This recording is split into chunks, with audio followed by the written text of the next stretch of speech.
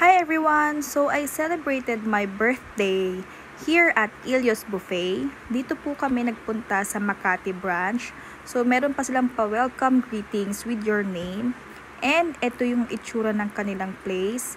Napakaraming art na makikita ka dito na napakagandang magpicture. Ito po yung style ng kanilang buffet. Ayan, last birthday din ng aking father-in-law. Sa Ilios din kami nag-order ng food dahil meron din po silang catering and food delivery. And ayan na nga si Ave, nagpunta na sa kanyang paborito na candies and gummies. Naku, tuwang-tuwa na naman ng bata. At syempre hindi naman ako magpapahuli dahil ito yung dessert station nila na talaga namang inuna ko muna. And their drinking station na sobrang daming mga choices. At ang kanilang ice cream, ayan, ang dami din pong pagpipilian dito na unlimited. Yan, so napakagandang na rin dito yung mga bata. Ito po yung kanilang paella and yung mga napakaraming food.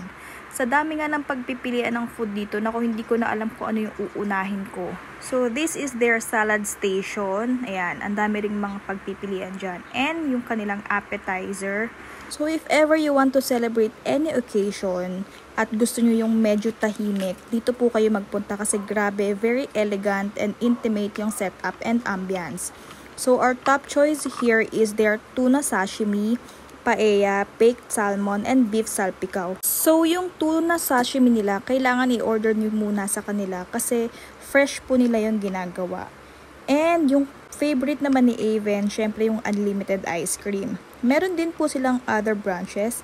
Meron po silang branch sa Green Hills, Ellen Hotel, and Pearl Garden Hotel.